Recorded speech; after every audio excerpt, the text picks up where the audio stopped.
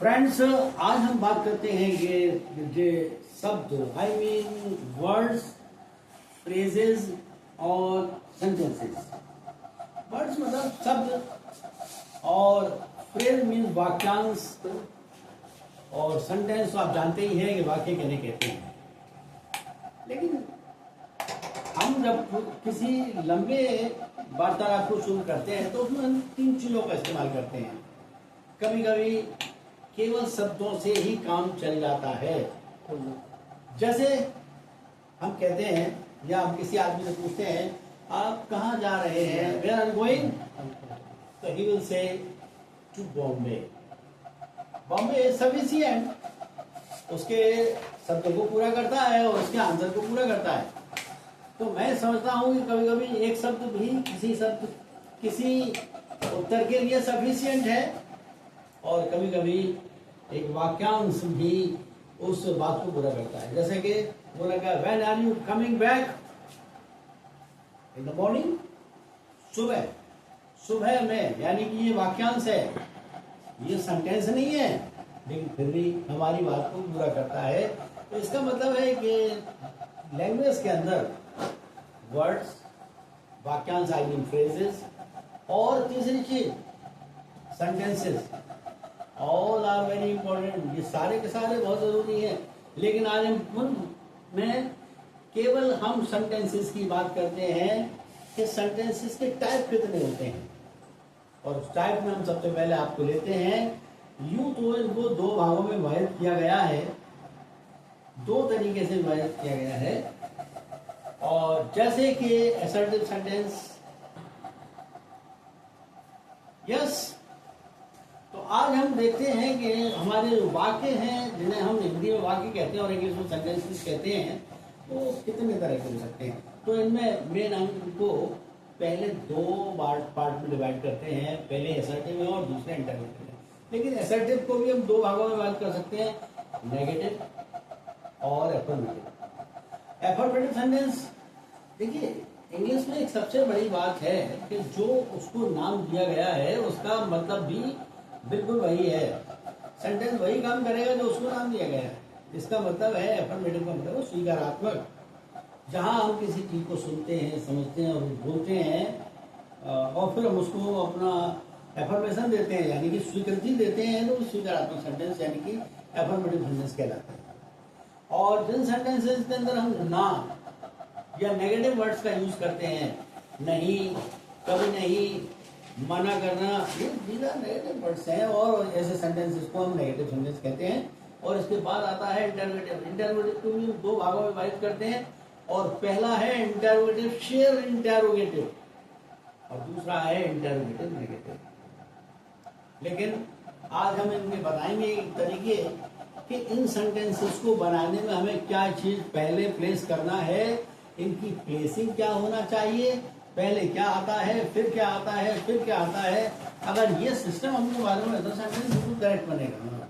तो आज का जो वीडियो है वो इसी पर आधारित है कि आज हम सबसे पहले तो इनको हम आज डिवाइड करते हैं सेंटेंसेस।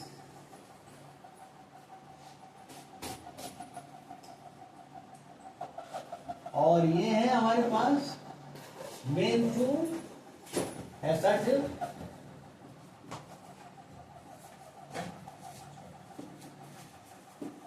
और दूसरे हैं इंटरवेटिव।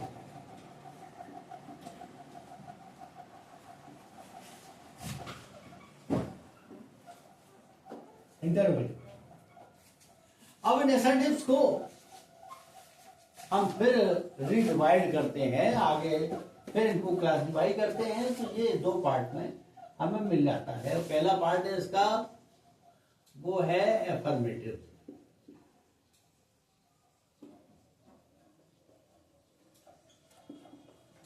और दूसरा पार्ट है इसका वो नेगेटिव है।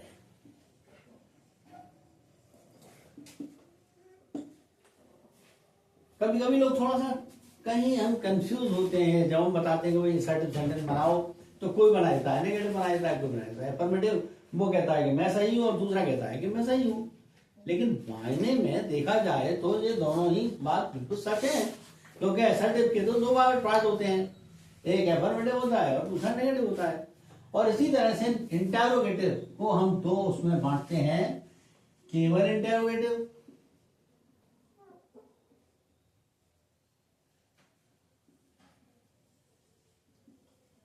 और दूसरा है हमारा इंटेरोगेटिव नेगेटिव।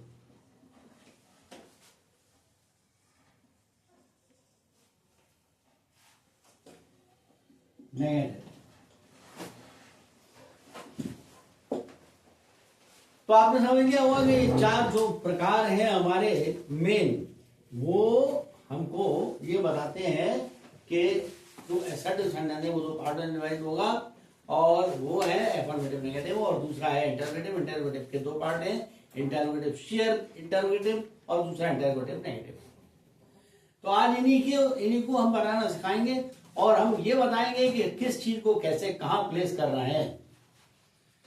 और शुरुआत करते हैं हम सबसे पहले असर्टिव सेंटेंस की, और असर्टिव में भी हम एफर्मेटिव सेंटेंसेस को लेंगे। तो मित्रों, आप समझ जाएंगे कि अगर हम ऐसा कुछ करते हैं तो हमें किस चीज की जरूरत पड़ती है और कैसे, किस क्रम में और किस सिस्टम में हम इनको यूज कर सकते हैं। तो आज हमारा सबसे पहला काम है, यस, एफर्मेटिव सेंटेंस को बनाने के लिए हमें सबसे पहले जो जरूरत होती है वो है सब्जेक्ट की। ये सभी जानते हैं सब्जेक्ट कौन है। Subject is a doer, sentence को करने वाला, यानी कोई काम करने वाला आदमी जो भी है इज डूअर, और डूअर मीन्स सब्जेक्ट। सब्जेक्ट हम सबसे पहले प्लेस करेंगे, तो इसका मतलब है कि हम उसको यहां लिखते हैं और फर्स्ट प्लेस हम उसको देते हैं सब्जेक्ट को।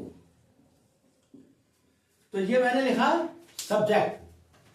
सब्जेक्ट का मतलब है डूअर, यानी कोई काम करने वाला, सेंटेंस का कोई कर्ता जिसके ऊपर पूरा काम रुका हुआ है, उसी को ऊपर आधारित है, बेस्ड है, राइट। क्या ऐसा हो सकता है, मेरे मित्रों, मुझे लगता है कि सब्जेक्ट के बिना सेंटेंस बनना मुश्किल है। क्या ये पॉसिबल है कि बिना सब्जेक्ट के सेंटेंस बन जाए? अगर ऐसा है तो मुझे आप राय दें, और नहीं तो फिर मैं उस बात को आपके सामने क्लियर करता हूं कि हाँ, बिल्कुल ठीक है, आपने सही सुना, सब्जेक्ट के बिना भी मैं सेंटेंस को बना सकता हूं। ऐसा संभव है, और वो है कब? जब सेंटेंस आपका एक इंपरेटिव सेंटेंस हो, कमांड हो, sit down, stand up, go there, come here, listen to me, not make a noise, वगैरह वगैरह। ये सारे सेंटेंस कमांड्स हैं, इंपरेटिव सेंटेंसेस हैं, जिनमें कि सब्जेक्ट की जरूरत नहीं होती है। तो क्या ऐसा हो सकता है कि बिना सब्जेक्ट के सेंटेंस बन जाए? वो बात तो हमने आपको सिद्ध कर दी, लेकिन ये पॉसिबल कब है? ये सेंटेंस हमें कब यूज करना है? जब हम जानते हैं कि जो हम जिससे कह रहे हैं वो आदमी सामने हमारे मौजूद है, क्योंकि हम इंस्ट्रक्शन या कमांड उसी को देंगे जो हमारे सामने होगा। Sit down, stand up, go there, come here, get in, get out.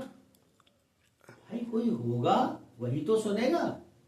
तो हमारा कहने का मतलब ये है कि सब्जेक्ट के बिना भी हो सकता है, लेकिन सेंटेंस इंपरेटिव होगा। और दूसरी बात, वो यानी या नरेटर, कहने वाला, और सुनने वाला दोनों ही मौजूद होंगे, ये सेंटेंस तभी बन सकते हैं।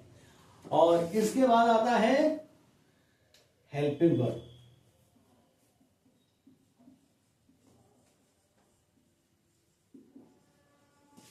हेल्पिंग वर्ब, और मैं समझता हूं हेल्पिंग वर्ब के बिना तो सेंटेंस को बनना ही नहीं चाहिए।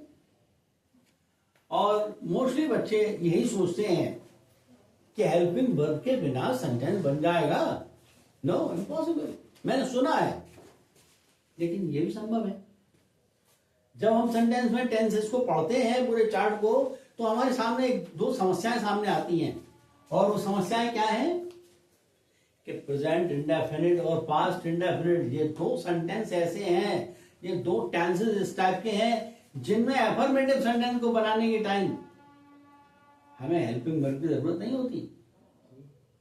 निश्चित है प्रेजेंट इंडेफिनिट टेंस है, हेल्पिंग वर्ब नहीं है, पास्ट इंडेफिनिट टेंस है, हेल्पिंग वर्ब नहीं है। तो फिर क्या है? हाँ, प्रेजेंट इंडेफिनिट के साथ में अगर सब्जेक्ट आपका सिंगुलर है तो इसके साथ वर्ब के साथ में वर्ब एस लग जाता है, जो कि हमारी हेल्पिंग वर्ब वाली जगह है उसको पूरी करता है। लेकिन जब सब्जेक्ट प्लूरल है तो इसमें इसकी कोई जरूरत होना स्वाभाविक नहीं है। और इसके बाद जो आता है नेक्स्ट है वो हमारा वो है वर्ब। भैया ये तो बड़ा मुश्किल है, वर्ब के बिना तो कोई सेंटेंस बनना ही मुश्किल है। मैंने तो आज तक नहीं सुना, लेकिन मैंने पढ़ जरूर लिया है कहीं कि हो सकता है ऐसा कि वर्ब के बिना भी सेंटेंस बन जाए। तो बच्चों मैं जानता हूं कि आपको थोड़ा सा इसमें कंफ्यूजन हो रहा होगा कि वर्ब के बिना सेंटेंस कैसे बनेगा। बिल्कुल बनेगा, जब हमारे पास कॉम्प्लीमेंट टू दी वर्ब होगा, वर्ब को पूरा करने वाला एक शब्द होगा हमारे पास, तो वर्ब की जरूरत होगी नहीं। अरे भाई आपकी जगह पर दूसरा आदमी आ जाएगा तो आपकी जरूरत है ही नहीं, आपकी जगह तो पूरा कर रहा है। बस ऐसे ही है वर्ब कि वर्ब की जगह को पूरा करने वाला शब्द, इसको हम कॉम्प्लीमेंट टू दी वर्ब कहते हैं। पूरक शब्द है जो इसको पूरा करेगा। और पूरक शब्द जैसे मैं एक सेंटेंस बताता हूं आपको, my father is a teacher. My father